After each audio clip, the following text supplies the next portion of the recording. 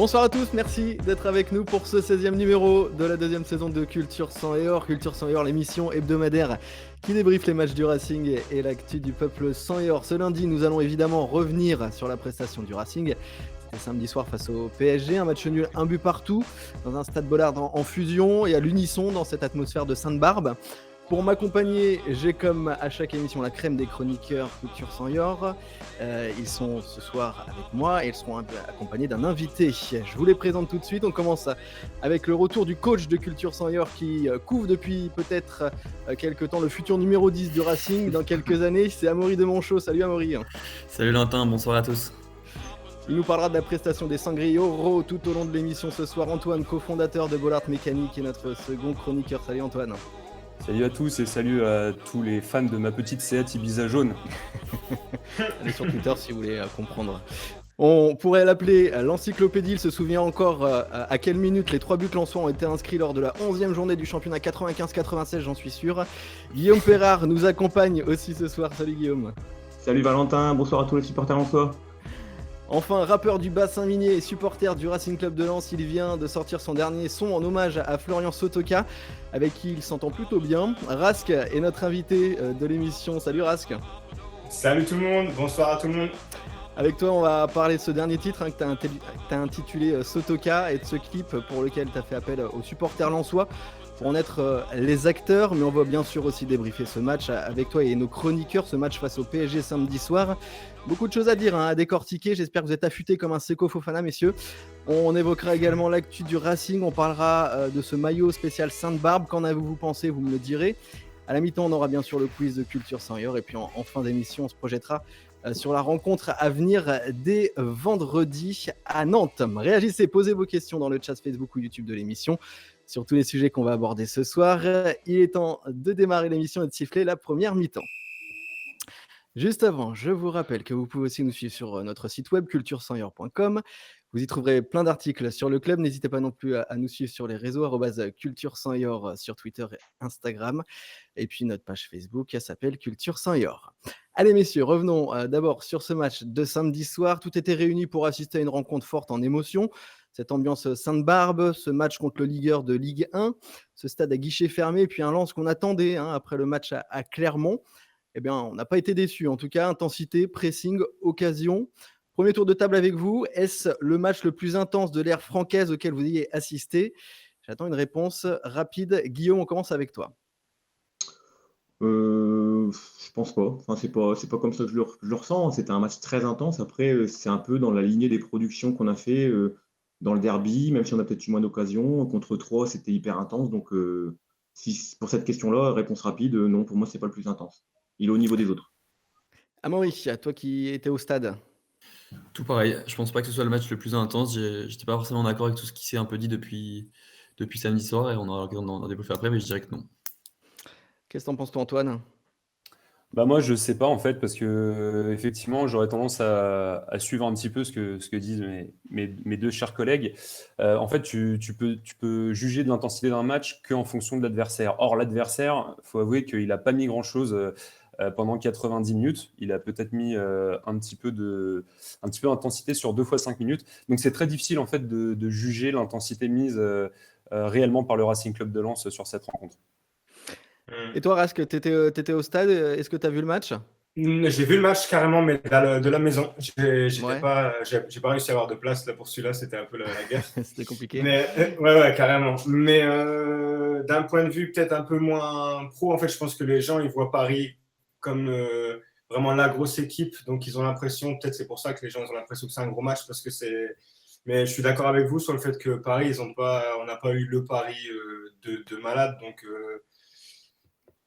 je comprends ce que vous dites. Après, il y a la comparaison avec les 2 matchs d'avant, où là, je les ai sentis quand même dedans. Et ouais, j'aime bien quand ils courent comme ça, quand ça se bat. Moi, j'y ai cru quand on a mené 1-0 presque jusqu'à la fin. J'y ai cru à fond.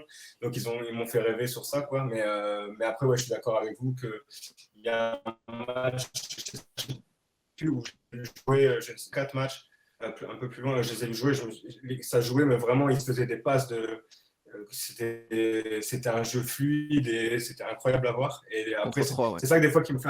Ouais, c'était contre 3 et je me suis dit, waouh, Et quand je les vois jouer comme ça, et derrière, on prend 4-0 à Brest, et puis Clermont, enfin, des fois, c'est ça qui me fait un peu mal au cœur avec l'équipe. Mais en tout cas, Ouais, ils ont tenu, et c'était un beau match, mais c'est vrai qu'ils ont pas, c'était pas Paris de fou, quoi. Quand Kylian il est rentré, j'ai eu peur, quoi. Du coup, je me suis dit, c'est là que ça va devenir compliqué, quoi. Mais bon, ça va. Franchement, ils se sont bien battus quand même.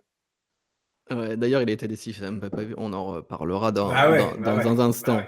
D'abord, pour Carrément. commencer ce débrief, messieurs, on va parler de notre coach Franck Hez, qui nous a encore gratifié d'une compo plutôt culottée en titularisant David Pereira d'Acosta, accompagné de Kakuta, les deux derrière Kalimundo. Un petit peu comme à Marseille, il ose des choix qui se révèlent plutôt pertinents, en tout cas j'ai trouvé moi samedi soir. Qu'est-ce que vous avez pensé des choix de compo de départ de Franck Hez? Antoine, on va commencer avec toi. Bah, c'est vrai que c'était un peu inattendu de voir deux joueurs au profil un petit peu similaire, enfin du moins qu'on annonce comme joueurs à profil similaire, Pereira da Costa et Kakuta côte à côte, où on n'a pas trop su en fait s'ils avaient joué vraiment en schéma sapin de Noël. Donc ça c'est un peu pour les fans du Milan d'Ancelotti avec deux numéros 10 derrière un attaquant, ou est-ce qu'ils étaient plutôt en mode ailier avec Kalimundo dans l'axe. En tout cas c'est intéressant de voir cette composition parce qu'en fait tu retires un finisseur en rajoutant un créatif. Et en fait, on s'est rendu compte très vite dans la conférence de presse, en fait Francaise disait qu'on allait subir des temps de possession très longs du Paris Saint-Germain. En fait, j'ai l'impression qu'il a voulu couper l'herbe sous le pied au PSG en mettant un pressing haut et en essayant justement de contrôler le ballon le plus longtemps possible et le plus vite possible, de sorte à justement empêcher le bloc parisien de s'installer dans les 30 mètres lensois et donner donc justement des temps de possession qui pouvaient permettre à des joueurs comme Messi ou Di Maria de faire des différences dans la surface de réparation. Donc c'était culotté et c'était en fait extrêmement intelligent dans la réflexion et dans la réalisation. Tu es un peu du même avis, Amaury, ou pas du tout? Tu as été quand même surpris des choix de Francaise et plutôt agréablement surpris? Ouais, surpris. Une nouvelle fois, moi je trouve qu'il a fait son match. C'est quand même le mec qui joue que titulaire contre Paris ou Marseille. Enfin, je crois qu'il en a fait un troisième, mais lui on le sort, Pereira, on le sort que sur les gros matchs, donc ça doit pas être évident non plus pour lui de se projeter comme ça et d'être dedans tout de suite. Sur les phases défensives, je trouve qu'on était plutôt bien organisé du coup sur le pressing à 3 là à chaque fois, chacun avait bien son rôle et on était plutôt bien. Moi je pense aussi que c'est dû à un duo d'attaquants qu'on trouve pas. Et c'est aussi une suite logique du manque d'efficacité offensive depuis la blessure de Saïd. Je trouve que notre attaque est enrayée. Et c'est aussi pour ça qu'il a moins de mal en fait, à retirer un attaquant, puisque de toute façon, on n'a pas une doublette indéboulonnable avec laquelle on est sûr qu'on va marquer. Je crois que sur les 8 derniers buteurs, c'est 8 buteurs différents, si je dis pas de bêtises. Ouais, c'est ça. Et en fait, alors certes, c'est bien puisque tout le monde est intégré, et c'est un peu ce qu'on dit au sein du bord de Lensois, c'est qu'au moins le danger vient de partout. Mais la vérité, c'est aussi qu'on n'a pas un attaquant qui s'impose et qui est finisseur et sur lequel on peut compter systématiquement, quoi. Qu'est-ce que tu en penses, toi, Guillaume, de ce choix tactique de Franck Hez au départ du match avant-hier, pardon? Est-ce que c'était pertinent de sa part au coup d'envoi? Alors, quand j'ai appris la compo au stade, j'étais plutôt sceptique quand même. Moi, j'ai pas tout d'abord, j'ai pas compris comment Pereira et Kakuta ils allaient se positionner l'un par rapport à l'autre. J'ai plutôt pensé qu'ils refaisaient un 3-5-2 à la sauce Clermont avec du coup Kakuta en deuxième attaquant et Kalimundo et que Pereira allait s'intégrer dans le milieu comme Cahuzac l'avait fait à Clermont. Et du coup, en fait, c'était pas comme ça. Du coup, c'était plutôt un 3-4-2-1, comme on l'a dit. Et finalement, on se rend compte que sur une semaine, on a fait 3 matchs. On a fait un 3-4-1-2 classique contre Angers. Contre Clermont, on était plutôt en mode 3-5-2, puisqu'on avait deux attaquants et puis Cahuzac dans le milieu à 3. Et puis là, c'était un 3-4-2-1. Et donc, du coup, en fait, moi, ce que je me dis aussi, c'est que on commence aussi à être un peu lu par les autres équipes. Les autres équipes nous étudient, c'est bien normal. Et du coup, Francaise, il essaie toujours d'innover, de trouver un petit truc qui perturbe un peu l'adversaire. Et donc là, pour moi, c'est ce qu'il a voulu faire. Et clairement, c'est une réussite. Donc c'était Pereira, il a fait un super match. Donc c'était un très bon choix du coach. Un très bon choix du coach et on a trouvé aussi cette grinta lensoise malgré tout qu'on avait un peu perdu, surtout le match de Clermont, moi j'ai trouvé assez décevant en termes de pressing de la part des Lensois, en termes de transition, débordement, c'était un peu difficile. On a trouvé un petit peu tout ça quand même samedi. Certes, en face, l'opposition, même si c'était le Paris Saint-Germain, je trouvais en termes d'intensité beaucoup plus faible que ce qu'a pu proposer Clermont mercredi. Quelle analyse vous faites de cette rencontre face au Paris Saint-Germain, ce lance face au PSG comparé à celui de Clermont où on a tous été un petit peu déçus? Quelle analyse vous en faites de ce lance de samedi soir à Amaury? Bah, écoute, moi, je suis ressorti finalement frustré. Alors, Ouais. c'est un peu une réaction à chaud et parce que tu es dans le stade et tu vis les choses et du coup, le côté émotionnel prend un peu le pas sur le reste en étant dans le stade et en fait, on se dit, c'est frustrant. Mais quand tu revois à froid le match et les temps forts de chacun, tu te dis que forcément, c'est loin d'être volé parce qu'on a quand même eu un Lecas qui avait le mojo et il a tiré les ballons, il avait un aspirateur à ballon intégré, je crois, et tout venait sur lui. On voyait à la 46e, juste avant la mi-temps, l'occasion, elle est juste énorme et on se demande comment elle ne rentre pas. Mais au final, sur la deuxième mi-temps, c'est plutôt pas mal, hein. C'est plutôt pas mal. On s'est longtemps dit que Paris ne marquerait au final jamais, puisqu'ils n'arrivaient pas à être dangereux et à enchaîner. Ils mettaient tellement pas d'intensité que c'est juste incroyable. Mais tout le long, moi, je me disais, il faut qu'on en marque un deuxième, puisque de toute façon, on finira par en prendre un, on finira par en prendre un. Et en fait, le deuxième, on ne l'a jamais marqué. On a eu des grosses transitions. Alors, je ne sais pas si tu as prévu, on parlera peut-être après du coaching, mais pour moi, on en parlera dans le carton rouge, mais pour moi, c'est là que ça a commencé à merder, c'est quand on a fait ces changements hyper défensifs qui ne sont pas du tout coutumiers du fait. Enfin, Franck Hez n'est pas du tout coutumier du fait. Et de là, on n'a plus du tout joué les transitions et on est resté dans notre partie de terrain, on a subi. Et quand tu as des joueurs de la qualité d'Mbappé, il se passera toujours quelque chose et malheureusement, il s'est passé quelque chose. Il en a suffi presque d'une seule en deuxième période quasiment. Il a aussi eu une tête, c'est vrai, en face à face avec Oui. Jean-Louis Lécart. Comment tu analyses ce match, toi, Guillaume, face au Paris Saint-Germain? On a retrouvé quand même le lance qu'on aime? Ouais, bah clairement, on a retrouvé notre équipe des derbies, du match à Marseille, etc. Après, moi, au final, je me suis dit, quand j'ai vu leur entame et comment l'investissement qu'ils mettaient contre Paris, ben, au regard du match à Clermont, ça m'a un petit peu dérangé sur le coup. En fait, je me suis dit, finalement, Clermont, j'ai le sentiment que les mecs avaient déjà la tête à Paris. Et enfin, après, c'est l'analyse que j'ai fait après, hein, parce que sur le soir de Clermont, j'avais pas forcément ça dans. Je pensais pas que les joueurs avaient pensé à Paris. Et finalement, je me demande si ça leur trottait pas un peu dans la tête dès mercredi. Et du coup, bon, ok, le derby, c'est le match pour nous. Et si Lens Paris, c'est le match pour les joueurs, bon, ok, moi, ça me va. Ils nous ont gagné le derby, on peut leur laisser ce match-là, parce que c'est vrai que c'est un match où les joueurs, ils vont se montrer. Je pense que ça les titille beaucoup plus de jouer contre Messi et Tralala. Donc, du coup, je pense que mercredi, il y en a peut-être quelques-uns qui avaient peur de se blesser ou de le manquer. Et du coup, bon, bah voilà, c'est. Et par contre, bon, bah là, c'est sûr qu'au coup d'envoi, ils étaient prêts, quoi. Ils avaient un plan de jeu et puis ils avaient vraiment les chevaux étaient prêts à être lâchés. Ils ont été lâchés, quoi. On a vu ce pressing Ouais. qu'on n'avait pas vu depuis quelque temps, ce pressing direct dès le coup d'envoi de la première ligne des attaquants, comme dit Franck Hez, ça commence par les attaquants. Et on l'a vu dès le départ face à Paris. C'est vrai que contrairement à Clermont, tu es un petit peu d'accord toi aussi, Antoine, sur cette analyse?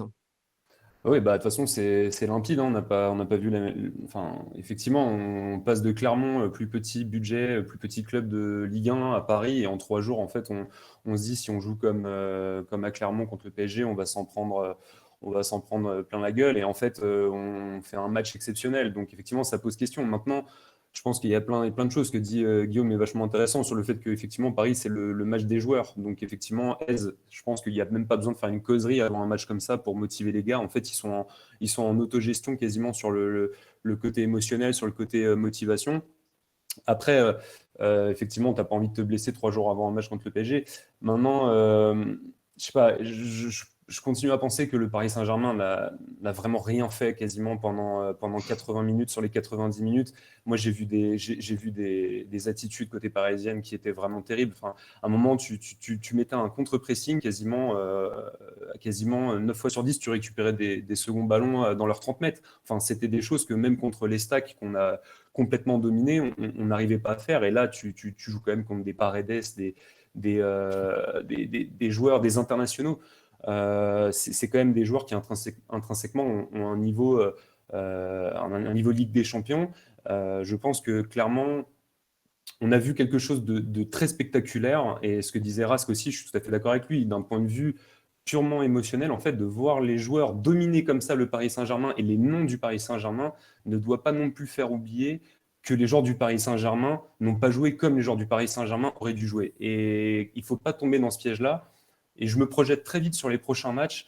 Peut-être qu'un Chirivella, le week-end prochain, il va être 10 fois plus énervé qu'un Paredes samedi dernier, et on pourrait avoir de nouveau des surprises. Donc c'est pour ça. Et j'ai trouvé au contraire que Clermont était hyper motivé pour peut-être nous taper, et ils nous ont posé énormément de problèmes dans l'intensité.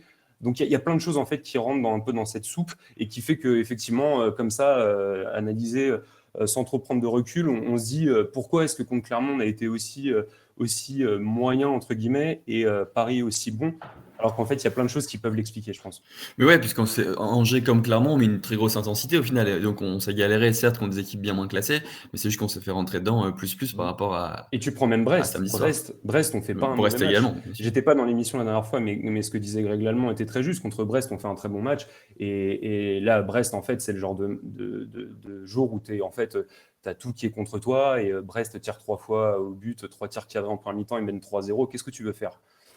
Voilà. Donc, des fois, voilà, il faut prendre beaucoup de recul sur ce qu'on peut voir, ce qu'on peut lire et surtout les statistiques qui résultent des matchs. Parce que, en vrai, on a fait un très gros match contre le PSG, mais le PSG, encore une fois, a été vraiment. Je suis pas sûr indigne. je suis pas sûr que Danilo et Icardi soient titulaires à Brest. Non, mais en tout cas, c'est là où je voulais en venir pour le prochain point. Je voulais faire un petit peu l'avocat du diable quand même, parce que certes, on dit que Lens a fait un gros match. Lens, j'ai l'impression, était presque au top de ses capacités, alors que Paris était bien en dessous de ses réelles capacités. Et pourtant, si tout s'était passé comme, entre guillemets, ça devait se passer, Lens aurait pu être mené bien vite dans ce match. En tout cas, deux grosses occasions en première mi-temps. Derrière, on marque ce but un peu chanceux de Fofana sur cette grosse erreur de main de Keylor Navas. Et malgré tout, on arrive à se faire égaliser. On vendange énormément d'occasions quand même, on va pas se mentir. Finalement, est-ce qu'on se voit pas un peu la face sur ce match nul face à Paris finalement? Qu'est-ce que vous en pensez de ce que je viens de vous dire, Guillaume? On se voiler la face, je sais pas. En tout cas, c'est sûr que c'est sûr que vu les occasions qu'on a, on peut pas dire qu'on était non plus à notre top, parce que si on a notre top, on fait 5-0 en deuxième en fait. Donc, alors même si on peut peut-être encaisser en première, mais parce que bon, le foot, c'est aussi d'être efficace, et ça, c'est une qualité c'est une capacité d'une équipe. Ça, cette capacité-là, si on était à 100%, on a 3-4 occasions franches pour faire la différence. On l'a pas fait. Bon, puis après, j'ai envie de dire, malgré tout, même si en face ils sont comment dire, amorphes, malgré tout, tu sais quand même que sur une récupération, une passe, une transversale, bon bah. Donc si tu te jettes à l'abordage, tu vas te faire punir quand même. Enfin, Bien sûr. tu peux toujours. Donc malgré tout, rien que la présence de ces joueurs-là, ça t'oblige quand même à être à ton maximum. Et quand même à être vigilant, à être prudent. Et ça, on l'a fait, on ne s'est pas fait avoir. Du coup, même si y a le Coq, effectivement, en dernier rempart, il a fait deux, trois super arrêts. D'ailleurs, le Coq, il est vraiment au top dans les gros matchs. C'est vraiment, quand il est bien sollicité, c'est vraiment là où il est le meilleur. C'est vraiment impressionnant. Vivement la Ligue des Champions. Oui, peut-être. Mais c'est compliqué au final, puisque moi je suis d'accord avec Guillaume, c'est vrai qu'ils sont certes pas à leur top, mais en même temps sur une transition, tu as des joueurs de qualité juste exceptionnels, et donc sur un éclair de génie, sur une passe bien sentie, sur une frappe, et tu peux être mené très vite. Et, donc c'est des matchs hyper compliqués à gérer, certes ils n'étaient pas au top, mais ça reste des très bons joueurs. Ouais, mais tu prends Messi, 15e minute de jeu, il récupère un ballon qui traîne, comme d'hab en fait, parce que notre jeu étant tellement dans le déséquilibre, il sera poteau. À partir de ce moment-là, tu te dis, regarde le ballon se dit, je rentre pas dans le but, quoi. Mais tu te dis, mais combien de fois Messi, bon, cette saison ça arrive beaucoup de fois, mais encore une fois, c'est le fantôme de Messi. Mais à ce moment-là, tu te dis 15 minutes de jeu, tu fais un premier quart d'heure de dingue. Moi, j'ai un pote supporter du PSG qui m'envoie un message, il me dit, ouais, je viens d'arriver devant le match. Je fais, là, t'as pas vu, on vous met la pression de ouf. Je finis mon SMS. Et qu'est-ce qui se passe? Messi qui touche le poteau. Je fais, oh là là, j'ai failli invoquer le karma puissance 10. Et en fait, tu te dis, mais c'est ça le truc, c'est que Paris, c'est une récurrence dans ce début de championnat, c'est qu'ils ont tellement d'individualité devant qu'en fait, ils n'ont pas besoin quasiment de jouer. Ils ont besoin d'un moment avoir 3 ou 4 situations dans une surface de réparation pour marquer des buts. Et d'ailleurs, c'est pour ça qu'ils gagnent très souvent d'un but d'écart cette saison. C'est parce qu'en fait, c'est leur talent ultime qui fait qu'ils sont dangereux à n'importe quel moment, même quand ils sont très mauvais. Et tous les clubs donc sont obligés d'être à presque 100% face à un Paris à 50%. C'est un peu ça que je voulais quand même Après, un peu là-dessus. On peut aussi dire, Valentin, que si Paris était à 50%, on les a quand même bien emmerdés, quoi. Il y a un moment aussi, Oui, ils bien avaient sûr. aussi une adversité en face qui, d'habitude, ils jouent, même avec leur rôle leur train de sénateur, ça peut suffire. Là, avec Lens, ça suffit pas leur train de sénateur. Il fallait qu'ils en fassent plus. Et comme ils n'ont pas envie d'en faire plus, bon, ils en ont Ouais. pas fait plus. Et ils se sont contentés d'un 1 partout qui aurait dû être un 2-0. Mais Mhm. et si on met 2-0, de toute façon, avec leur mentalité, on sait qu'ils ne reviennent jamais. Ils ne Ouais, c'est reviendront sûr. Ouais, c'est jamais. sûr. Ouais. Et Que, pourtant, on a après, on nous a tremblé quand laissé même un sur 0. le dernier coup franc de Messi, quoi. On nous a laissé à portée de Ouais. fusil de se faire attraper. Bon, on s'est fait attraper, mais voilà. C'est d'ailleurs les Parisiens qui en parlent le mieux. Enfin, moi, j'ai vu pas mal de supporters parisiens en parler le mieux et qui louaient notre jeu. Et c'est Verratti aussi qui en parle. Son Ouais. interview à la révélatrice qui parle d'un jeu à l'anglaise et d'un adversaire compliqué à jouer. Enfin, Mhm. plutôt positif, quoi. Est-ce que vous étiez déçu au coup de sifflet final? Moi, j'étais extrêmement déçu, je vous avoue. Intrinsèquement, un résultat nul face au PSG, on prend tous les jours, hein. Mais quand on voit quand même la physionomie du match, moi, j'étais extrêmement déçu qu'on ait quand même raté ce but du 2-0. Est-ce que tu étais déçu, toi, Guillaume? Non, moi je dirais que c'est pas le terme déçu en sortant du stade, j'étais pas déçu, j'avais pris du plaisir, j'avais vu un super match, j'étais content de mon équipe, j'étais frustré, j'étais énervé parce que voilà, tu dis c'est le foot quoi, c'est le karma du foot où à la 90e tu enclenches le chrono et tu comptes les secondes et puis tu prends ton but voilà. Mais moi j'aurais été déçu, tu vois, si c'est le derby, si ça nous fait un partout à la 92e, mais là on est déçu, on est au fond. Moi, le Paris Saint-Germain, honnêtement, c'est pas un club de foot, c'est une entreprise de spectacle. On n'est pas en rivalité avec eux, c'est terminé ça. C'est autre chose. C'est plus du sport. Donc, moi, il n'y a pas de supporters parisiens qui étaient au stade. Il n'y avait pas de rivalité. Les supporters parisiens, de toute façon, c'est devenu quelque chose de difficile à appréhender parce que tu as tellement de types de supporters parisiens que avant on était rivaux avec eux. Maintenant, pour moi, on n'est plus rivaux. Nos rivaux, c'est Lille et puis point barre. Donc, j'étais déçu pour les 3 points, frustré parce que ces joueurs-là méritaient. J'étais frustré pour les joueurs parce qu'eux méritaient la victoire et nous aussi. Mais après, j'étais pas déçu au sens supporter, rivalité, les boules parce qu'on n'a pas pris 3 points contre Paris, quoi. Toi, Drask, tu étais déçu au coup de sifflet final de ce 1 partout, finalement, quand on voit la prestation des Lensois? J'étais pas déçu de leur match, pas du tout, mais j'ai vraiment cru au 1-0 et j'ai cru qu'on allait gagner. Et je t'ai dit, j'ai vraiment senti le danger quand ils ont fait rentrer Kylian et tout. Je me suis dit, ça va être la peine. Pareil sur les individualités, ils me font vraiment peur. Et même s'ils sont pas chauds, en fait, nous, on est obligé. Je vous ai écouté parler, mais vous avez tout dit, quoi. C'est vrai qu'on est obligé d'être bouillant et d'être à fond, même si eux, ils sont pas, parce qu'ils sont trop dangereux. Moi, j'étais en confiance quand on commence dans les 15 premières. Franchement, je me dis, wow, on est trop chaud, l'entame de match incroyable. Et je vois la frappe de Messi dont tu viens de parler, et je me dis, ah ouais, en fait, tu peux pas trop. Parce que ça peut. En 30 secondes, lui, il prend la balle, il fait fut, tu as passé 3 joueurs, et c'est donc ça m'a. Déjà, je suis redescendu. Après, il y a eu ce but. Ça m'a. Mais ouais, non, pas déçu. Quand même, j'étais un peu deg de ne pas prendre ces 3 points-là, parce que ça nous aurait fait du bien. Mais quand même, ouais, j'ai juste pas aimé la fin de comment ça s'est terminé avec ce but dans les arrêts de jeu. Là, ça fait un peu mal, quoi. Mais pas déçu de l'équipe, en tout cas. Ça fout les boules quand Et même. toi Rask, j'imagine que dans ton environnement, au taf, etc., tu aurais pu aussi envoyer quelques petits messages un peu chambreurs à 2 minutes près, non? Bah, en plus, j'ai mon manager qui est sur Paris. Donc, j'ai failli, j'étais comme ça et je me suis dit, attends quand même, parce que pour moi, on allait gagner à la fin et tout. Je voulais trop faire le malin et je me suis dit, non, attends quand même, parce qu'avec l'expérience, je me suis trop fait avoir à chaque fois. Et voilà, quoi. Mais il était devant, il m'a dit, non, bon, lui, il adore Lens aussi, il est venu au clip. Il était fou d'être à Bollard quand on a tourné, etc. Mais ouais, non, on se chambre un peu. Mais j'y ai cru, franchement, j'y ai cru. J'aurais été tellement. Parce que déjà, gagner le derby contre Lille, tous ces matchs-là, c'était cool, quoi. C'était Paris, comme tu dis, c'est pas. On voit juste Neymar, Messi et Mbappé. On se dit, ils sont venus, ils sont quand même venus dans les corons, ils ont vu les maisons en briques et tout. C'est quand même fou. Si tu te détaches un peu de tout ce truc-là, c'est quand même fou. Et j'en parlais avec Flo pendant le tournage. Ils avaient déjà ça en tête. On a tourné, on parlait déjà. Je lui disais, tu vas quand même jouer contre Messi et tout. Il me dit, ouais, c'est un truc de fou en tant que joueur et tout. Mais c'est obligé qu'ils l'avaient en tête, eux, pendant les matchs d'avant, quand même.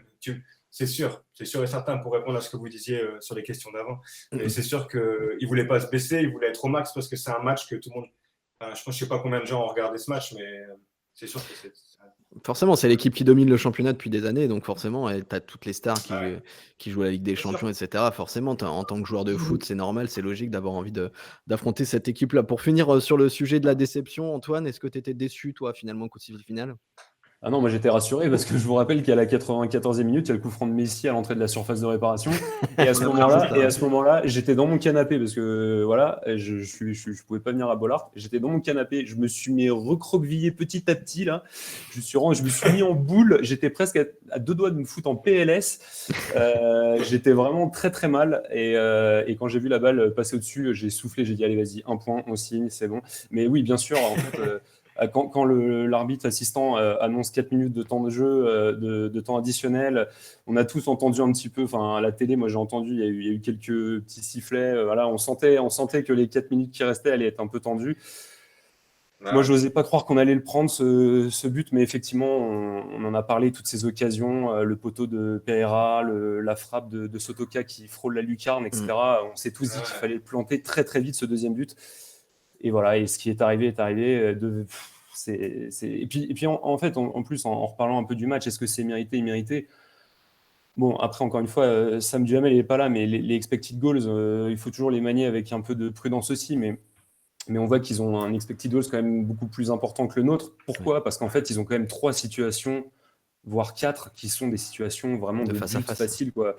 De face à face, où normalement, ils doivent nous en mettre au moins 2, quoi. Et notamment, c'est pareil, un déroulé de match, c'est des séquences, c'est des temps forts, des temps faibles qui se succèdent des deux côtés. Et il faut dire que sur leurs 2 temps forts, les Parisiens, donc les 2 fois 5 minutes, en fait, ils auraient pu nous punir à chaque fois de manière très violente.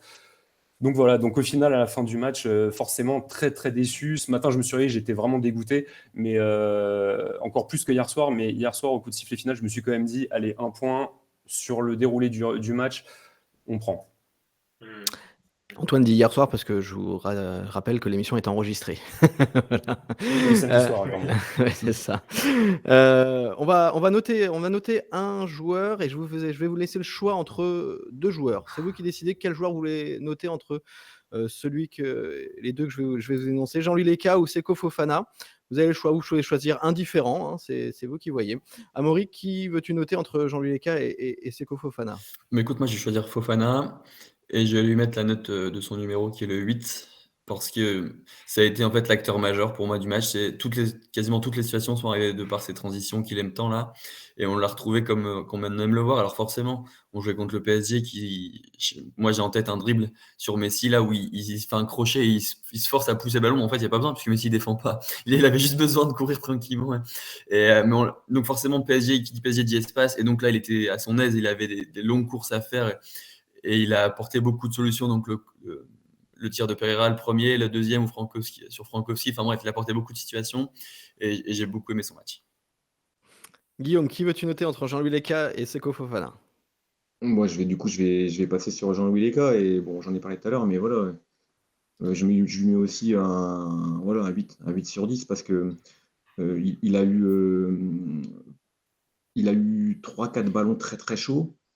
Il s'en est très bien sorti. Je me souviens donc en première mi-temps, il y a même juste avant qu'il fasse arrêt à la 46e, il y a aussi Icardi qui est quasiment contre lui. Là, il arrive à le bloquer. Il sort sur Di Maria du coup. Puis en deuxième mi-temps, il y a la tête d'Mbappé. Bon, après le but, je pense il peut rien faire. D'ailleurs, il peut rien faire, mais c'est quand même un peu gênant ces buts qu'on prend là parce que ça en fait 3 là. Des têtes un peu comme ça, des mecs qui arrivent lancés. C'était pareil contre Angers sur le corner. À Clermont, le premier but, c'est un peu. Alors, par contre, là, le cas est un peu plus fautif, mais c'est aussi un peu un mec qui s'intercale entre les 2 centraux et qui claque une tête sur un centre. Et du coup, bon, pourtant, on a des tours comme Danso, etc.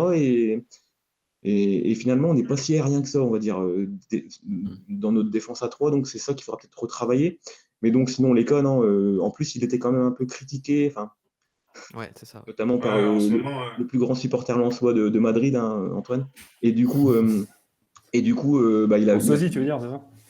Quoi? Ton sosie, tu veux dire? Ah, pas du tout, non. Bon, un bon 8 pour Jean-Louis Leka, ouais. Et un bon 8, et du coup, il a fait une belle réponse, et il avait un super maillot rouge et or, là, enfin sang et or, du coup, même. Et c'est super, parce que c'est quand même un mec qui tient notre club. On parlera des maillots Saint-Barbe dans un instant. Antoine, tu veux noter Jean-Louis Leka ou Seko Fofana? Moi, je vais noter Facundo Medina, tu vois, je vais pas répondre à ta question. Ah bah c'est open bar, allez hop. Non, mais oui, bah, forcément, Lecca et Seko Fofana ont été les 2 joueurs clés du match, clairement. Enfin, moi, je pense que même Lecca plus que Seko Fofana, parce que vraiment, j'insiste sur le fait qu'en fin de première mi-temps, si Lecca il n'est pas stratosphérique, le match il est plus du tout pareil. Par contre, oui, Seko Fofana, il est monstrueux. En fait, c'est un joueur qui est tellement impressionnant à voir. Il est box-to-box. C'est un joueur, c'est un film hollywoodien, lui tout seul, quoi. Il récupère des ballons, il traverse, il est efficace. En plus, mais par moments, j'ai marque revu en des plus. séquences. Il marque, il y croit, il va au bout, parce que même sa frappe, en fait, c'est son état d'esprit. C'est-à-dire que tous les Parisiens demandent d'arrêter de jouer, mais lui, non, je vais au bout de mon action. Et il est loin, il se dit, bah, je tente ma frappe. Il met une frappe, mais monstrueuse. D'ailleurs, c'est aussi là qu'on se rend compte que peut-être que Navas a déconnecté pendant quelques secondes dans sa concentration et ça a suffi pour qu'il fasse une boulette aussi. Parce que Verratti fait pour moi une faute professionnelle en demandant aux Lensois de s'arrêter de jouer à ce moment-là, puisqu'en fait, il déstabilise toute la concentration de son équipe. Et donc Fofana, il est monstrueux. Et puis même, il a fait des renversements pied gauche, pied droit, transversal pour les pistons. Enfin, il a été royal. Mais je tenais quand même aussi à, je ne sais pas si tu avais prévu d'en parler, Valentin, mais Facundo Medina a fait un match aussi exceptionnel. J'avais pas prévu, non. J'avais déjà laissé le choix entre 2 joueurs, donc oui, Bah, écoute, je rapidement vais en Guillaume. rajouter une petite couche sur Medina, mais ouais, il a été exceptionnel dans la grinta, il était en marquage individuel sur Messi, il l'a pas lâché, il a fait des passes, mais des ouvertures depuis la défense, il a transpercé le bloc parisien à un moment. Je crois que c'est en première mi-temps, ouais, où il fait une passe incroyable, une ouverture pour Kalimundo, je crois. Enfin, il a été exceptionnel, Facundo. Tu veux dire quelque chose, Guillaume, rapidement, ouais. Si je veux faire monsieur difficile, Fofana, je mets un tout petit bémol, c'est je trouve que les 4 contre 2, ces passes, elles sont un tout petit peu, soit trop, elles ferment un peu l'angle de Pereira, par exemple, sur la première, il le décale un peu trop. Et il y en a une deuxième aussi où je trouve que la passe n'est pas encore, c'est le petit, allez, si on veut vraiment chipoter, je trouve que les 4 contre 2, ces passes n'ouvrent pas le but au tireur et l'obligent à faire soit un crochet, soit attendre un petit peu. Et c'est peut-être le timing qui a manqué pour que son match soit à 9 aussi et qu'on ait le 2-0 aussi, quoi. Petit manque de lucidité, peut-être. Rapidement, Rask, est-ce que tu veux noter Lecca ou Seko? Je vais prendre Seko. Par contre, je suis d'accord, juste je vais faire hyper bref aussi. Mais Medina et Lecca, c'est cool parce que c'est vrai que du coup, avec les réseaux et la musique, je suis beaucoup sur les réseaux du coup. Et ils se faisaient quand même pas mal attaquer ces derniers temps, Medina et Lecca là. Et franchement, c'est cool. C'est cool pour eux. Et moi, je mets un petit clin d'œil à Kakuta aussi parce que je trouve qu'on n'en parle pas beaucoup. Et je sais pas, quand il a la balle, je le trouve vraiment très très fort et il ouvre des choses quand même en termes de passes il fait des trucs super cool. Donc voilà, je voulais faire un clin d'œil à Gaël. Et je mettrais 8 à Seko parce que ouais, franchement, la puissance, si je devais dire un mot, c'est vraiment la puissance, quoi. Incroyable. Le tracteur. C'est vrai que ça incarne bien Seko Fofana, la puissance. Ouais, la puissance. On va passer au carton. Est-ce que, messieurs, vous avez un carton rouge à décerner sur le match, à un joueur, à une occasion, à quelque chose? Levez la main, prenez la parole si vous avez décerné un carton sur ce match de Lens Paris Saint-Germain de samedi soir. Allez, moi j'y vais. Du coup, pour faire suite à ce que je disais tout à l'heure, moi je trouve qu'on a vraiment souffert à la 81e minute là, sur les changements du coach, quand il fait sortir Kalimundo et Pereira da Costa, donc les 2 attaquants, et il nous fait rentrer Aïdara et Cahuzac. Et je trouve que c'est là où on n'a plus du tout été dangereux, où on n'a plus du tout fait les transitions. On mettait des ballons sur Sotoka, mais il était juste seul au monde, avec Frankowski qui ne savait plus trop s'il devait aller fermer le couloir, s'il venait plus haut intérieur, mais en même temps il devait à chaque fois, avec Nuno Mendes qui était rentré et qui était frais et du coup qui pouvait beaucoup se projeter. Et pour moi, on aurait dû continuer à jouer ces transitions-là. Et dès lors qu'on l'a pu faire, on a été acculé, personne n'a porté le ballon là-haut, donc ça revenait toujours aussi vite. Et on a commencé plutôt à mettre beaucoup de longs ballons, comme il disait. Et même Sotoka, qui était seul devant, il revenait encore derrière pour apporter tout le monde. En fait, on avait peur et donc même lui revenait. Et pour moi, c'est ça que je suis dithyrambique sur le coach, mais pour le coup, là, je trouve que ça n'a pas, mon humble petit niveau, je trouve que ça n'a pas été bien joué. Ouais, C'est vrai qu'on aurait peut-être pu voir rentrer, pourquoi pas Nicolas Ganago, même s'il est pas... match où les changements sont pas bons. Oui, enfin, je trouve en tout cas, moi aussi, je trouve. C'était ton carton rouge, Amaury. Quelqu'un d'autre pour un carton?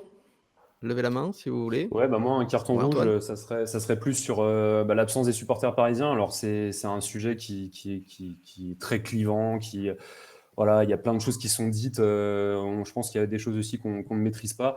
Maintenant, c'est dommage. Je pense que, en fait, tout simplement, de manière générale, en fait, dans ce pays, on n'arrive pas à encadrer un, on n'arrive pas à encadrer un parquage de 2000 supporters. Voilà, je pense que moi, les souvenirs des lances PSG, des grands lances Paris Saint-Germain à Bollaert, dans le Bollaert plein, ont toujours été faits avec des supporters parisiens. J'ai toujours en tête ce match qui est pour moi mon France-Brésil à moi, vraiment le Lens Paris Saint-Germain de 98, le 3-0, qui est le France-Brésil sans et or, quoi, qui était juste extraordinaire. Et c'est vrai que un match comme ça, on aurait pu attendre avec des supporters parisiens en plus dans leur parquage, qu'il y ait une électricité supplémentaire dans un match qui était déjà extrêmement magnétique. Mais alors là, je pense qu'avec un parquage parisien, ça aurait été fantastique. Donc, carton rouge, c'est un carton rouge collectif au football français qui est incapable de faire en sorte que ça se passe bien dans les tribunes, dans les parquages. Eh bien, c'est dit. Merci Antoine. On va passer à l'actu du Racing parce qu'on n'est pas en avance, messieurs.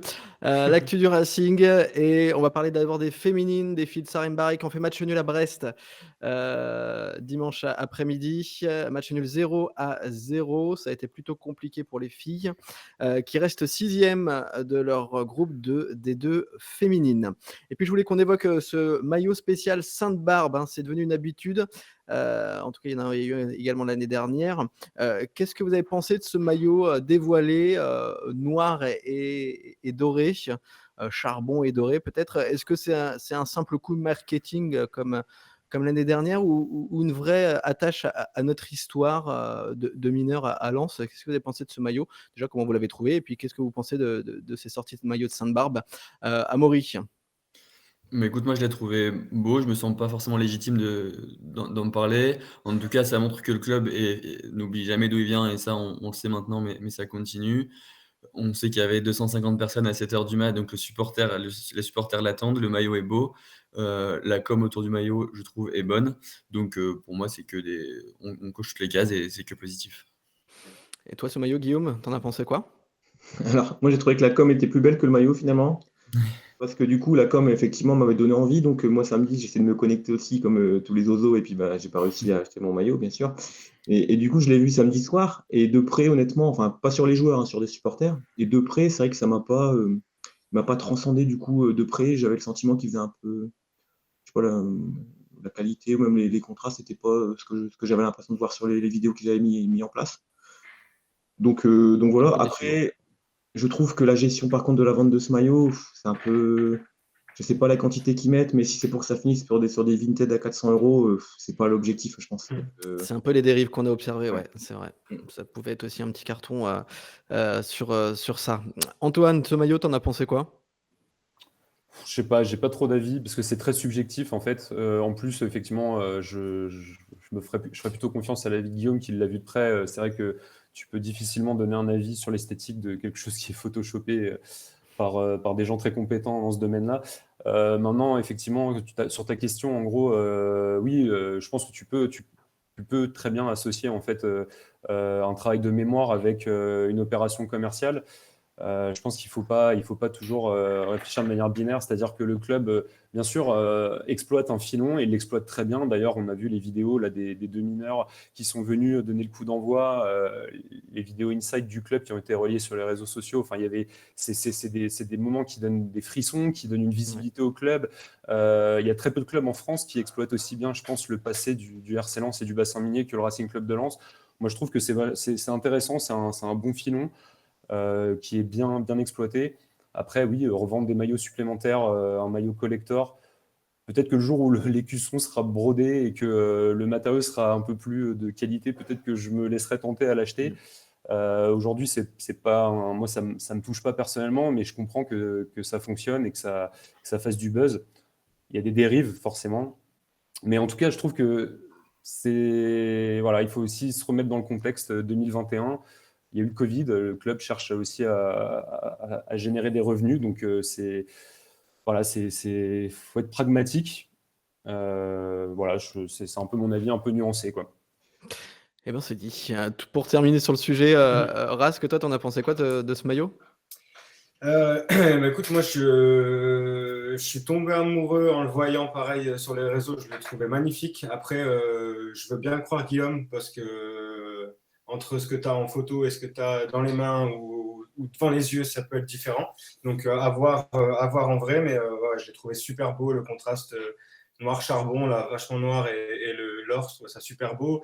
Après, le côté commercial de la chose, elle me dérange pas parce que ça va avec Ouais, bien sûr. et que là, ça va être la période de Noël. Le petit qui va l'avoir au sapin, il va être fou.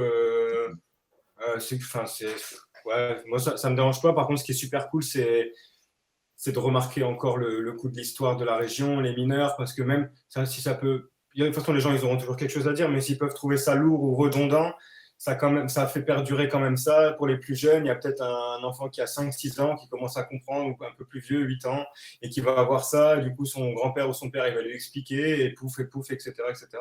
Et moi, je trouve que c'est bien de le faire. Et pareil, on est les seuls. Bah, On est les seuls, que ce soit dans la musique ou dans le sport, peut-être à pouvoir avoir une histoire aussi forte. Donc moi, je trouve que c'est important de le faire. Donc, voilà. C'est Bah, une on très a bonne il y a explication ce que tu dis. Ouais, Ouais. il y a un club important de la région Rapidement, Antoine. qui, à mon avis, aimerait bien avoir une histoire à raconter et qui, malheureusement, de par ses choix marketing successifs, a changé 3 fois d'écusson et même de couleur prédominante sur son maillot. Nous, voilà, on a cette chance d'avoir ce fil conducteur Ouais, c'est de ça. cette histoire et c'est quelque chose de très fort et je pense qu'il faut absolument le valoriser. Carrément. Merci messieurs. Allez, il est temps de jouer, de passer à la mi-temps de ce Culture sans et or. Le quiz, c'est parti. Tout le monde est prêt à répondre. J'ai été gentil. J'ai été gentil. Les joueurs passés par Lens et le PSG avant 2010. Avant 2010 quand même. Il y a une petite contrainte. Ah, Eh oui, bah oui, sinon ce serait trop facile. Je reste sur une victoire, Guillaume, hein, je te préviens, je suis chaud. Là. Allez, les joueurs du PSG de Lens donc qui sont passés par les deux clubs avant 2010. On commence avec Amaury. Ça veut dire qu'ils ont fait les deux clubs avant 2010 ou C'est ça. Ils ont fait les deux clubs avant 2010. les deux. D'accord. Oui, oui. Et donc ils ont forcément quitté le PSG avant 2010. Pas forcément quitté, mais en tout cas, ils ont fait les deux Non, mais c'est pour qu'on avant soit- 2010. Ouais. Ils ont fait les deux avant 2010. Stéphane Pedron. C'est bon. Antoine. Nicolas Laspal. C'est bon, Nicolas Laspal. Rask. Alors là, les gars.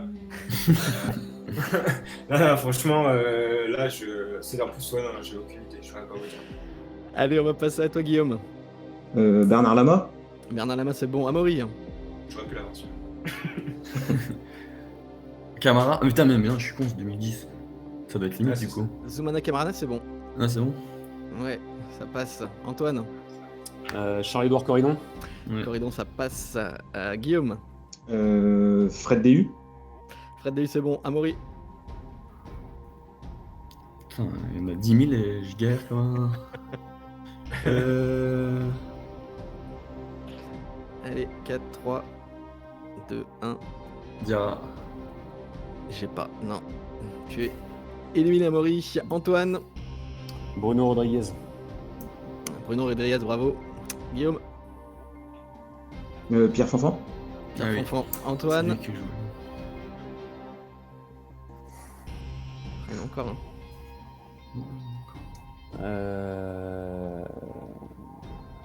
Bah oui, putain. Allez, je vais compter, Antoine. 5, Ah, bah ouais, pareil. 4, 3, 2. Vous êtes déjà très fort. Hein. Allez, vas-y, c'est bon. Bravo, Guillaume. Et c'est la victoire de Guillaume. Pierre-Alain Fro. Pierre-Alain Fro, évidemment. Pascal Ah, Nouma. j'avais, bien sûr. Pascal Nouma. Salmat. Nouma. Oh là là Almat, là, putain, Cuvillier. Pascal Nouma.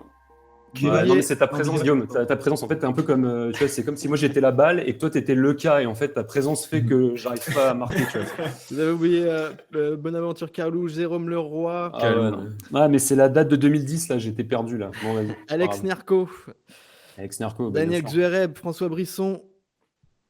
Il y avait tout ça, évidemment, messieurs. Jérôme Leroy, tu l'as dit, ouais. Ouais, Jérôme Jérôme Leroy. Bon, c'est une victoire pour Guillaume qui enchaîne la 4e. Quatrième victoire au quiz consécutive. Bravo, Guillaume.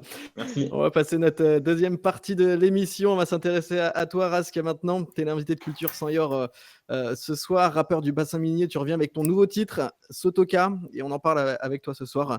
Et cette première question, pourquoi tu as voulu dédier d'ailleurs ce titre à Flo Sotoka ? Parce que en fait, je me suis intéressé à lui parce que quand il y a eu un petit peu le buzz avec le morceau chez moi, ça a été un des premiers à le partager et me donner de la force. Donc, on a pu discuter un peu. Après, je me suis vraiment penché. J'ai fait aucun match depuis 1 an et demi maintenant. Là, je me suis vraiment mis, parce que comme j'expliquais, moi, je n'étais pas un fou de football à part les grandes rencontres et les choses comme ça. Et donc là, maintenant, je suis pris et je vais au match. J'essaie d'aller à tous les matchs de Lens le plus possible. Vraiment, je suis content de vivre cette nouvelle aventure dans ma vie là. Et du coup, en fait, ce que j'ai aimé chez Flo, c'est ce côté vraiment déterminé. En fait, je le voyais en tant qu'attaquant revenir, défendre, repartir, motiver les gars. Et enfin, j'ai vraiment aimé ça. Et en plus, du coup, en discutant le côté humble qu'on peut retrouver chez nous, parce que c'est quand même, c'est des gars, même KU, Grady, c'est des Corses ou des gars du Sud, etc. Donc, c'est pas des gens qui ont grandi ici. Et ben, je trouve qu'ils collent vachement aux valeurs du club et du coup aux valeurs de la région que moi je peux défendre dans ma musique. Et du coup, je me suis dit, let's go. En plus, c'était réel parce qu'on avait un vrai échange humain. C'était pas juste un truc de prendre un nom parce qu'on parle de lui Ouais, ou vous vous parce que connaissiez c'est un petit ça. peu, du coup, vous étiez rencontrés déjà avant? Ouais. Surtout d'abord sur les réseaux et après on discutait par message quoi beaucoup. Mais ouais, après j'ai eu l'idée de faire ce morceau et puis à partir du moment où je lui ai envoyé, après on s'est vu, on en a discuté, j'ai vu le club et même les gens du club ils m'ont dit t'as choisi le bon gars quoi parce que vraiment le mec il est super cool Flo. Franchement c'est un bon humain. Au-delà du côté joueur de foot, c'est vraiment un bon humain, quoi. Ouais, Donc, bah, c'est un c'est petit cool. peu en tout cas ce qui retranscrit quoi, hein, quand on le voit sur le terrain et en dehors du terrain. Du coup, on a vu ce clip que tu as tourné au Stade Bollaert, avec pas mal de Oui. supporters lensois, avec Flo Sotoka également, du coup. Que tu peux nous raconter un petit peu comment ça s'est déroulé la réalisation de ce clip, les coulisses un petit peu, comment tu as accueilli les supporters lensois, comment tu les as contactés pour qu'ils viennent, comment tu as convaincu Flo Sotoka, etc. Tu peux nous raconter un peu tout ça? Carrément, je vais essayer d'être bref. À la première partie, au niveau de Flo et du stade à l'intérieur, etc., j'ai d'abord vu avec Flo. Donc lui, il était OK, il a aimé le morceau. Donc après, on a fait suivre au niveau du RCL. Eux, ils étaient OK. Le plus compliqué, c'était au niveau des calendriers, toi, par rapport à eux. Donc, seul pour que Flo soit là, que le stade soit dispo. D'ailleurs, on avait eu qu'une moitié de pelouse parce qu'en fait, il y avait un traitement de lumière qui était fait et on n'avait pas pu faire autrement. Donc, on a dû choisir des coins vraiment sur Tout le terrain, ouais. toute la pelouse, mais c'était déjà bien parce que c'est déjà très compliqué de pouvoir aller sur la pelouse. Apparemment, ils avaient déjà fait des tournages où les gars étaient obligés de rester sur les bancs où les joueurs s'échauffent là sur le côté. Donc, Benjamin m'a rappelé pour me dire écoute, c'est bon, vous avez la moitié de terrain, machin, donc c'était déjà cool. Mais voilà, on s'est vu à peine 2 fois et tout s'est mis en place. Il m'a dit écoute, on a la traite à telle date. Moi, je leur ai donné 2-3 créneaux, on en a pris un et on a pu caler ça assez facilement, donc c'était cool. Et pour la partie supporter, ça me faisait un peu peur parce que j'avais peur premièrement, qu'il n'y ait pas grand monde qui réponde. Mais ça, c'est un peu le truc d'artiste où tu te dis, ouais, ça va pas le faire, peut-être que les gens ne seront pas là comme quand tu fais un concert, etc. Et en fait, c'était totalement l'inverse. Et du coup, c'était le côté sécurité. Après, je me suis dit, même le RCL, quoi, ils m'ont dit, écoute, on peut mettre tant d'agents, donc on peut aller jusque 100 personnes. Après, on a gonflé un petit peu quand même, on a pu aller un peu plus loin. Donc, j'ai mis un appel aux supporters à peine 3 jours avant, je crois. Et ça a été relayé partout. Donc, on a reçu, je ne sais pas combien de mails, 400 ou 500 mails en quelques jours. Et il y avait des familles, est-ce que je peux venir avec mes enfants, ils ont tel âge, ma femme, mes filles, etc. Donc, c'était super cool parce que je me suis dit, ça va être vraiment, ça va représenter le public du RC Lens, quoi. Donc voilà, après j'ai sélectionné les premiers à peu près, quoi, les 120 premiers qui ont répondu. On leur a envoyé des mails, etc. On a confirmé l'endroit et puis voilà. Après, ça s'est fait, on avait donné l'heure et tout le monde est venu. Ça s'est super bien passé. on a dû, en plus c'était vraiment pour les petites anecdotes, mais on a dû faire signer des droits à l'image à tout le monde. Donc ils rentraient au compte-gouttes pour pouvoir faire. Donc c'était un peu mon équipe, elle a vraiment géré ça comme il fallait. Et après, c'était que du bonheur, quoi. Dès qu'ils s'étaient installés sur les marches, ils ont commencé à faire tous les chants. On avait l'impression d'être en match. Quand je les regardais, je me disais, pourtant, ils étaient 120, quoi. Mais c'était incroyable avec les drapeaux. Je m'étais dit, ça y est, ça commence quand le match. Non, c'est incroyable. Donc, que du love. Après, on a pu faire plein de photos, discuter avec les gens à la fin du tournage. Ça a été assez vite. Mais ouais, je suis rentré de là comme quand je suis revenu d'un match. Quand je reviens d'un match, quoi, tu sais, t'en as plein les yeux, plein la tête. T'es encore en train de chanter. Tu sais, quand je rentre des matchs, je chante encore les chansons. Quand on gagne, je suis là, oh, les. Et bah là, pareil, je rentrais dans la voiture, je chantais encore leurs chansons. Donc, non, c'était gros kiff. Et puis, bah là, ça le rend encore plus parce que j'ai jamais fait un démarrage. Le clip est sorti vendredi dernier et ils l'ont diffusé sur les écrans géants du stade, donc ça déjà aussi gros kiff de gosse, incroyable. Et puis bah là on approche des 65 000 vues en 9 jours je crois, et avant je faisais 100 000 vues au mieux en 4 mois, quoi. Donc là on va peut-être les faire en 2 semaines.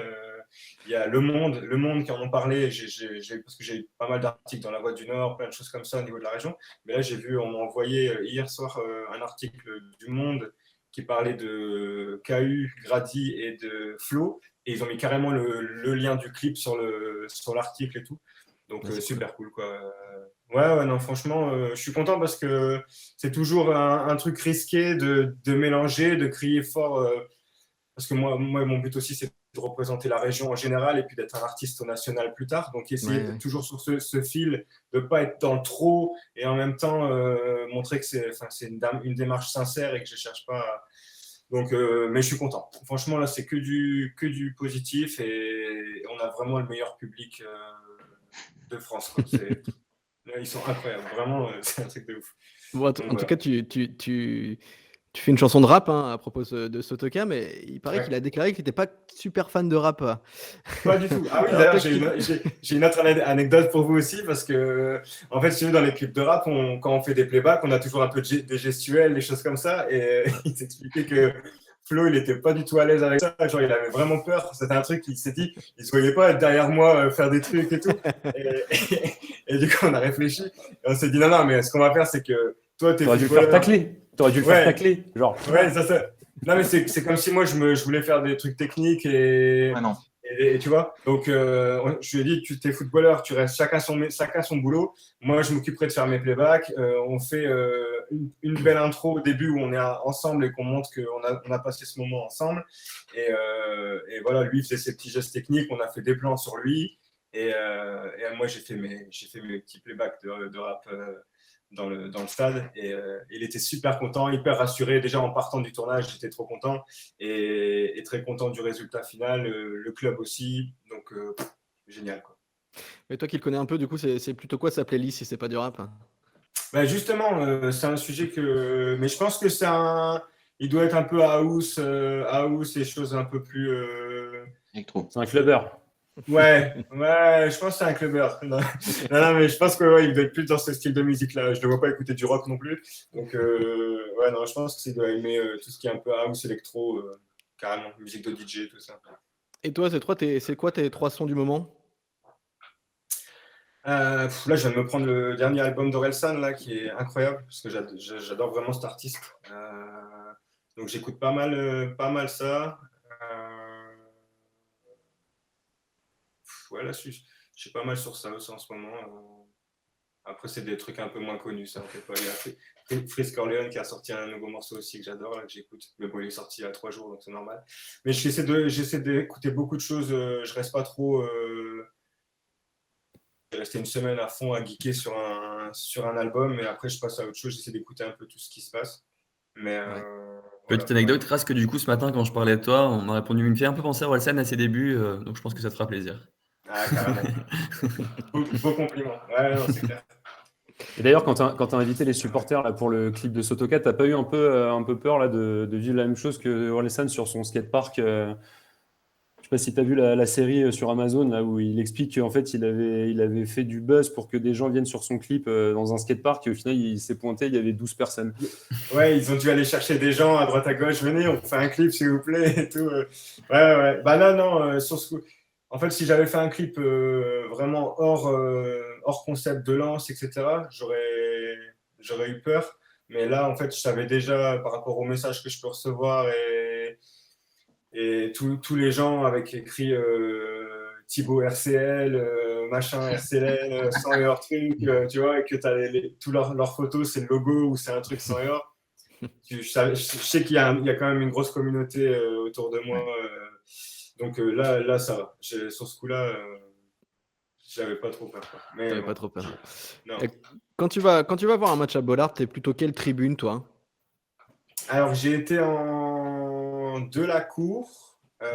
C'était cool. Après, j'ai été 2 fois dans les salons. Donc, c'est hyper sympa. Mais j'ai vécu le derby. Le derby, je l'ai vécu dans les tribunes. Et je suis bien content d'avoir vu ce match dans les tribunes parce que c'était vraiment le feu.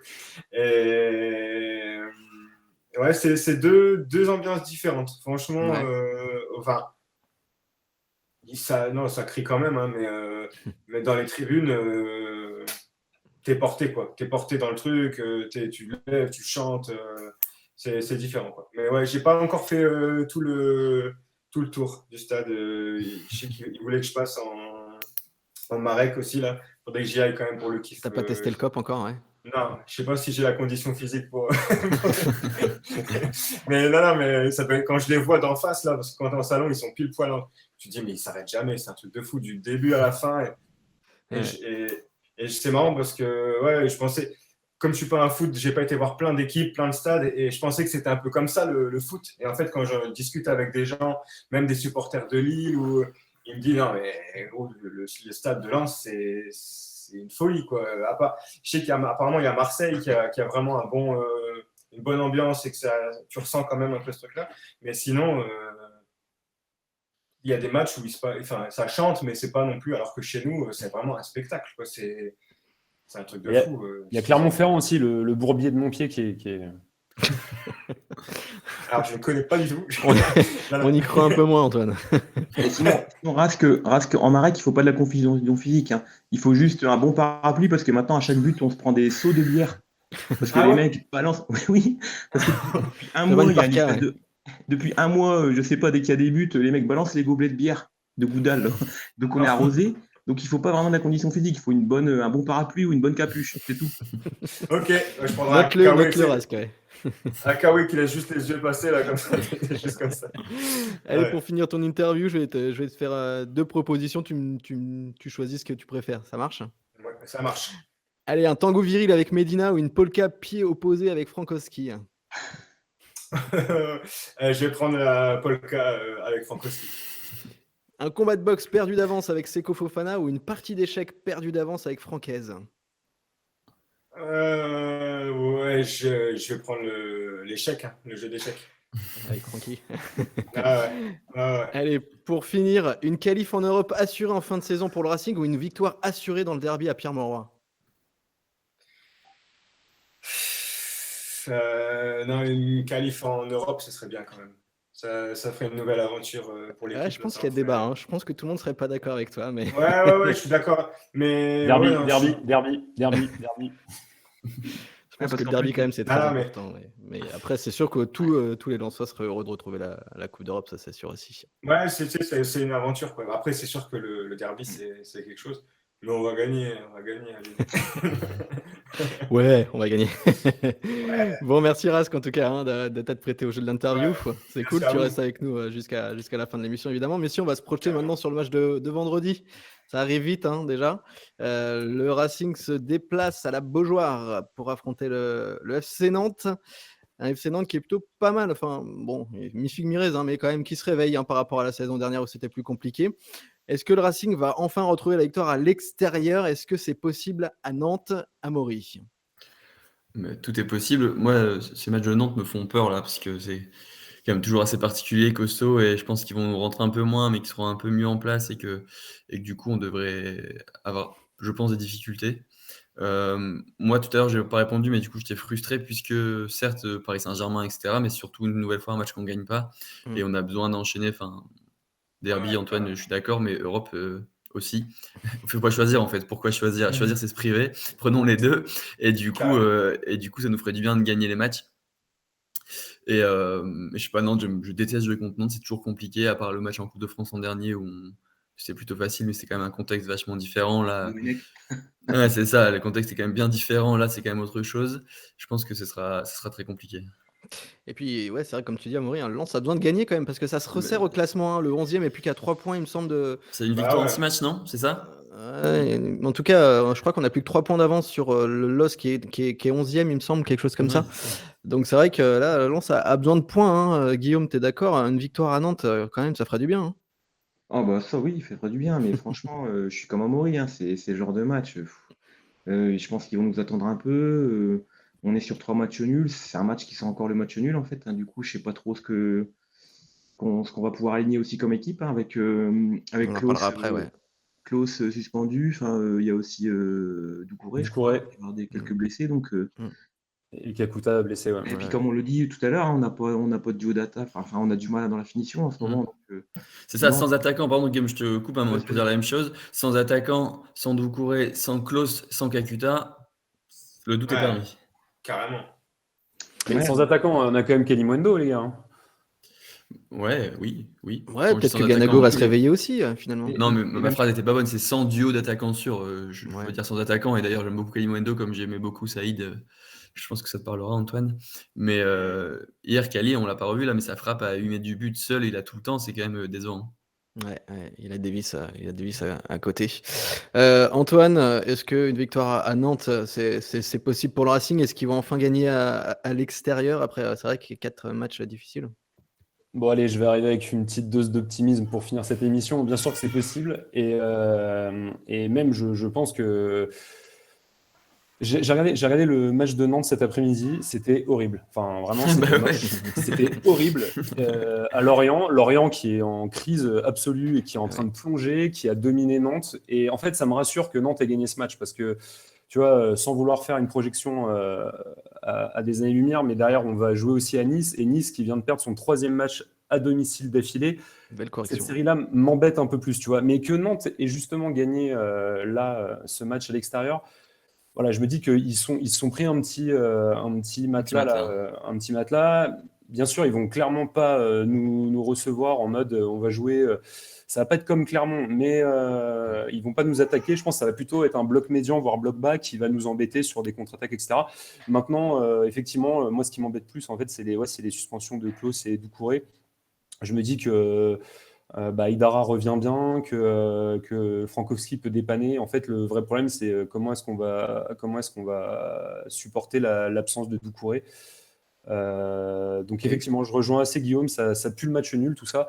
Mais encore une fois, rassurons-nous, c'est-à-dire que moi, de toute façon, cette fin d'année, là, je la sens pas trop bien d'un point de vue comptable. Je sens que ça va être un peu merdique.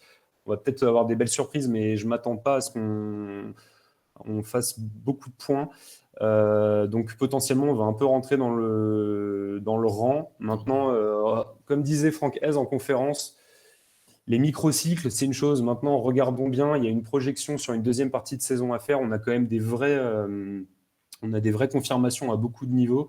Et je pense qu'on sera capable de refaire des séries à partir du mois de janvier. Peut-être qu'on la commencera là, dès la semaine prochaine, mais qui nous permettront de remonter, sachant que tu as des clubs qui nous ont rattrapés, mais qui sont eux sur des séries depuis un petit moment, et que ces séries-là, à un moment, vont s'arrêter. Je pense notamment à Strasbourg, je pense notamment à même à Rennes qui s'envole depuis Brest, etc. Angers également. Donc, à un moment, nous, on est dans le moins bien, mais en étant dans le moins bien, on se fait rattraper par des équipes qui sont dans des phases très, très vertueuses depuis maintenant, quand même, depuis maintenant 2 mois. Donc, à un moment, voilà, une saison, c'est faite de temps fort et de temps faible, comme un match de foot. Donc, à un moment, on va avoir à nouveau une série qui va se renclencher et on reprendra, je pense, quelques distances à ce moment-là. Comme tu le disais, Maury, il y a de quoi s'inquiéter quand même sur la compo que va pouvoir mettre sur le terrain Francaise. Donc, on parlait de la blessure de Kakuta. Kali, il est sorti un peu blessé. On ne sait pas trop ce qu'il en est, mais bon, il est peut-être un petit peu en point d'interrogation. Les suspensions de Klose, de Doucouré. Est-ce qu'on doit s'inquiéter ou est-ce que c'est la chance de David Pereira da Costa? Pourquoi pas la surprise Boli sur un côté? Le retour de Wesley Saïd, on ne sait pas trop. Qu'est-ce que tu penses, toi, de l'effectif et quel compo pour ce match à Nantes? Pour moi, c'est clairement. Alors, le match des remplaçants, c'est peut-être encore une fois mal formulé, mais c'est clairement le match des mecs qui sont un peu entre deux, qui doivent montrer que oui, on est. Moi, ce que je vois, c'est qu'on manque de profondeur de banc, là, en fait. Et donc là, c'est clairement des matchs d'Acosta, c'est bien, il a fait 2 matchs sur 2 gros matchs, là. Mais maintenant, fais-nous des matchs pourris à la Beaujoire en mois de décembre, là, où tu montres que tu as le potentiel qu'on te prête depuis quelques temps. Et sors-nous ce gros match. Yanago, moi, je commence à être clairement inquiet sur sa forme récente. Aïdara est très bien, donc pour le coup, je pense que Frankowski et Aïdara peuvent faire le job. Et puis devant, on a besoin d'un mec on avait un beau cycle avec Saïd et Kali. Il faut quelqu'un en forme ascendante là, qui nous plante 2-3 buts d'affilée pour qu'on se restabilise dans la bonne partie du classement. Et oui, forcément, Doucouré, c'est toujours le travail de l'ombre qu'on perd et c'est jamais forcément bon signe. Mais pour moi, c'est clairement le match des mecs qui sont un peu entre deux là, qui doivent se révéler, qui doivent nous montrer qu'on peut être confiant pour la suite, quoi. T'es d'accord avec ça, Guillaume? T'es inquiet, toi, pour la compo, les hommes qu'on va pouvoir aligner vendredi? Bah, je crois que le Francaise, il va pas avoir de mal à faire sa compo, hein, finalement, parce qu'il n'aura pas de dilemme à avoir, hein. Ça va être les pistons, c'est ce que Amaury a dit. Le trio défensif, les trois, là, ça va pas bouger. On va avoir Cahu Fofana au milieu. On aura Pereira et on aura devant Sotoka plus X. X étant Ganago ou Kalimundo s'il est d'attaque, hein. Après, c'est vrai que la Beaujoire, c'est quand même le jardin de Corentin Jean. Donc après, je sais pas si on va retenter le truc Et pourquoi pas? de Corentin Jean. Mais non, Corentin Jean, non, enfin titulaire, non, c'était une blague. Bien sûr. Mais le retour de Coco Jean qui marque à la Beaujoire, Ouais. ça sera beau, hein. Pourquoi pas? Non, mais après qu'il rentre en 25 minutes de la fin et qu'il fasse une bonne rentrée, ça, je suis d'accord. Mais après, Saïd, même s'il est là, je pense pas qu'il pourrait être titulaire. Enfin, même s'il revenait éventuellement. Donc, j'ai une interrogation sur le milieu Cahuzac Fofana, par contre. Ouais. Là, effectivement, je sais pas. Non, mais tu peux très bien avoir 3 milieux et 2 attaquants, et les 3 milieux un peu plus à plat, où en gros tu dis à Seko, ce match-là, tu montes pas autant parce que Cahuzac a peut-être plus besoin de renfort pour solidifier le milieu, et tu dis justement à David Pereira da Costa d'aller un peu plus jouer la créativité derrière 2 attaquants. Tu peux avoir un Sotoka et effectivement un complément. Du coup, là, on est en mode Clermont 3-5-2 et moi, j'aime pas du tout, quoi. Mais après, c'est ce qu'on a vu à Clermont. Ouais, mais à Clermont, on aurait pu gagner. Ouais, Clairement, tu marques des buts, hein, malgré tout. Ouais, et c'est pas le 3-5-2 qui fait que tu perds, c'est que derrière, tu as été un peu. On était attentiste quand même. Ce schéma-là, il nous rend assez attentiste quand même. Et en 3-5-2, quand on est 3 milieux, c'est Fofana, c'était Cahu et Doucouré, on ne crée pas beaucoup quand même. Donc, je sais pas si c'est un schéma. C'est pour ça que Pereira doit prendre les clés du jeu et doit nous montrer qu'il est capable de. Parce que clairement, Kakuta n'a pas de plan B depuis 1 an et demi. Hein, donc, on a Pereira qui est numériquement là pour faire ce job-là. Moi, je pense qu'il doit nous montrer qu'il peut prendre les clés, le jeu à son compte. Moi, j'aimerais bien le voir plus parce que je trouve qu'il a un toucher de balle de fou. Et là, il faut le faire jouer, qu'on voit un peu. Puis que lui, il nous montre qu'il peut y aller. Qu'il nous montre, qu'il peut créer des trucs parce que. Le potentiel, je pense qu'il l'a, mais il faut y aller. Il faut créer des trucs et tout. Faut être patient. C'est peut-être son match. Faut être patient avec Pereira aussi, je pense, parce que c'est un tout jeune joueur. C'est clair qu'il est jeune. Et c'est des joueurs qui, surtout sur des postes de créativité où tu dois prendre la bonne décision au bon moment, faut avoir quelques mais il faut qu'il joue, tu vois, c'est pas en faisant des 89e minutes tout le temps qu'il va se mettre au bord.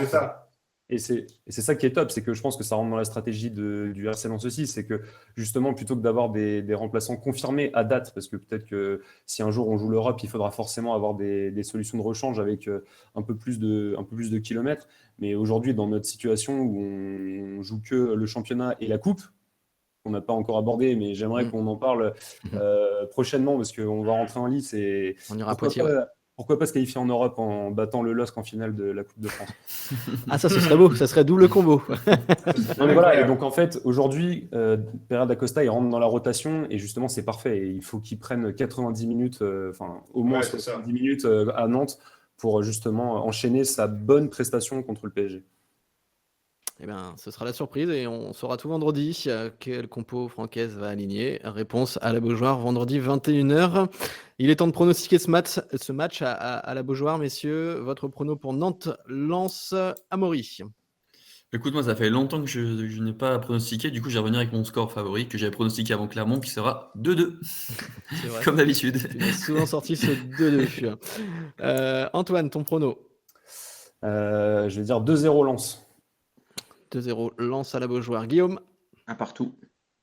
match nul. Eras, comment tu vois ce match-là? Ton prono? Moi, j'avais 2-0 pour Lens aussi, direct, dans ma tête. Donc, je pense sur ça. Cyprien, il va nous marquer un petit but. Hein. Non, mais c'est bon, il a mis son quota, il a marqué aujourd'hui, Cyprien. Il a marqué contre Lorient. Donc, Camboire, il va quand même vouloir nous la mettre un petit peu, donc je pense. Clairement. le Camboire touch, ouais. On verra ça en tout cas. C'est vendredi 21h à suivre à la Beaujoire. Merci messieurs. Merci d'être fidèles à Culture Sans Yor. Merci pour vos analyses. Merci Rask d'avoir accepté l'invitation de Culture Sans Yor. Ton clip donc Sotoka est dispo. N'hésitez pas à aller le voir. Allez le voir même. On n'hésite pas. On y va. On va le voir. Ouais Guillaume. Pour info, Rask, nous, sur les émissions CSO, on fait plus de vues que tes clips de Sotoka, hein, je te précise. Non. Je veux voir les chiffres. Je veux voir les chiffres. Bon, en tout cas, pour suivre l'émission et lire nos articles, rendez-vous sur le site internet de Culture Sans Yor et puis sur nos pages YouTube, Facebook, Twitter et nos différentes plateformes d'écoute. Vous retrouvez tous nos podcasts. Merci messieurs, à très vite. Merci d'être fidèles à Culture Sans Yor et on se retrouve lundi prochain. Ciao, ciao. Bye. Ciao, ciao. Salut.